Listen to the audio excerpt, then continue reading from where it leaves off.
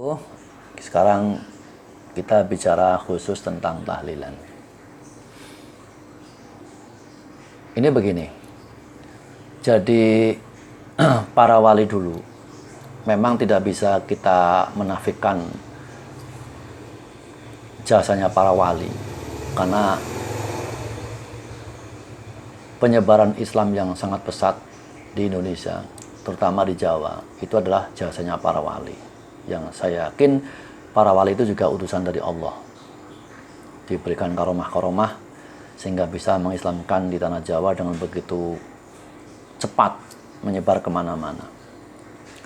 Kalau tidak jasanya para wali, belum tentu kita saat ini menjadi orang yang menganut agama Islam. Mungkin kita masih Hindu atau aliran animisme, dinamisme, kita nggak tahu, walau alam.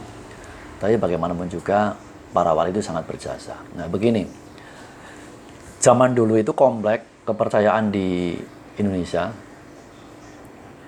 di Jawa misalkan, ada animisme, dinamisme, Hindu, dan segala macam. Maka di situ para wali itu cerdas. Wali itu mencontoh model dakwahnya Rasulullah. Rasulullah itu dakwah di Mekah dengan di Madinah itu berbeda. Ketika Rasulullah itu berdakwah di Mekah, di mana yang dihadapi adalah para preman-preman yang keras-keras orangnya, diajak mikir susah, yang ada hanya okol. Maka Rasul memang mengalami kendala yang cukup besar, di mana kehidupannya jahiliyah, menyembah berhala-berhala, Lata Uzza mana. Maka prinsip Rasul di Mekah itu yang penting akidahnya diluruskan dulu. Akidahnya diluruskan dulu bagaimana supaya mereka percaya bahwa tidak ada Tuhan selain Allah, bahwa Tuhan itu hanya satu. Tuhan itu hanya satu. Yang mendapatkan protes yang sangat keras karena mereka dari nenek moyangnya itu Tuhan itu banyak, berhala-berhala itu. Nah, tapi setelah Rasul itu meluruskan akidahnya bahwa tidak ada sesembahan, tidak ada Tuhan selain Allah Subhanahu wa taala, syariat-syariatnya masih belum. Syariat masih belum.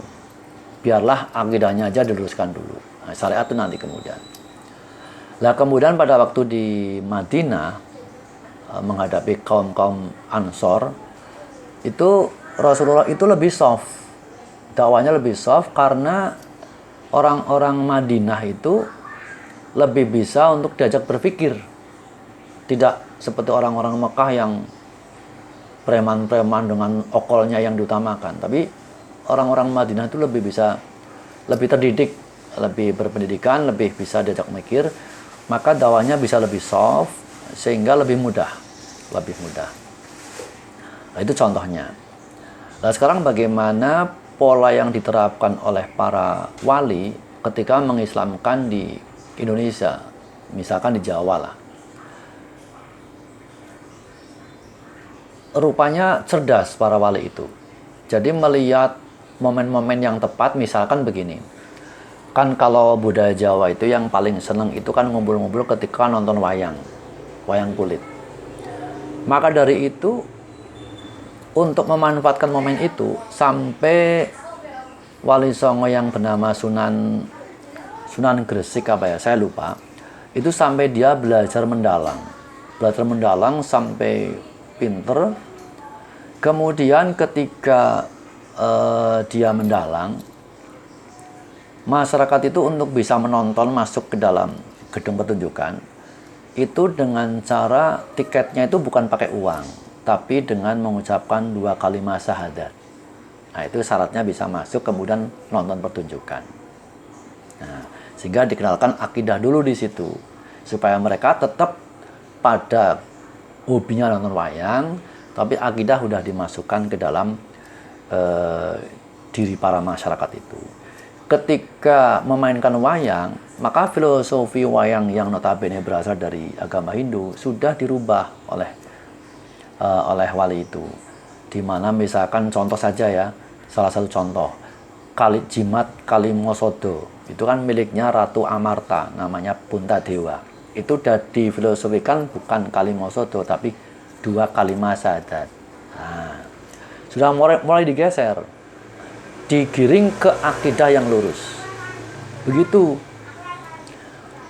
Sehingga tradisinya biar tetap jalan. Tradisi kan cuma kebiasaan. Tapi yang penting substansinya itu harus lurus dulu.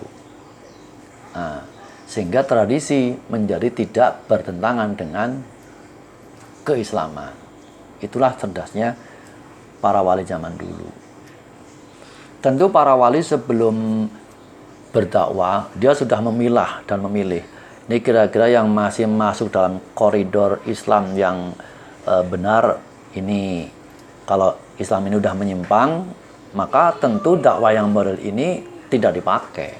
Karena tanggung jawabnya kepada Allah kan cukup besar ya, berat juga.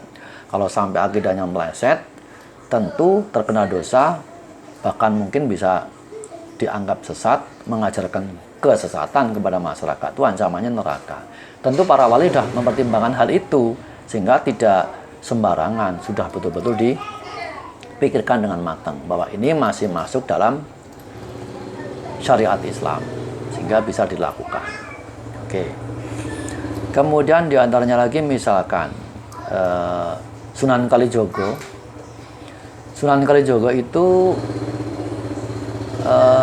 dia itu menciptakan lagu-lagu Jawa yang itu filosofinya filosofi Islam. Contoh mungkin saudaraku pernah mendengar ya, yaitu lagu Ilir-ilir. Lir ilir tandure wis alilir tak ijo royo tak sembut manten anyar. Nah, cak angon penek no blimbing kuwi lunyu penek no. Seperti itu dan seterusnya. Itu adalah kalau diterjemahkan tuh filosofinya itu Islam semua. Tapi dengan nyanyian maka masyarakat lebih gampang menghafal, sehingga nanti tahu maknanya, masuk di otak dan di hati. Itulah cerdasnya para wali. Kalau zaman dulu langsung pakai dalil, qala Rasulullah, nggak bisa saudaraku, harus pelan-pelan. Tradisi tidak selamanya bertentangan dengan Islam, karena tradisi itu adalah suatu adat, kebiasaan, tapi bisa juga itu disinkronkan bahwa tradisi dengan Islam itu menjadi sesuatu yang harmonis. Itulah para wali dulu, prinsipnya seperti itu. Biarlah dia nggak kehilangan tradisinya, tapi dia menjadi tradisi yang Islami. Baik. Nah, ini baru prolog ya, tentang metode para wali. Termasuk ini, termasuk apa?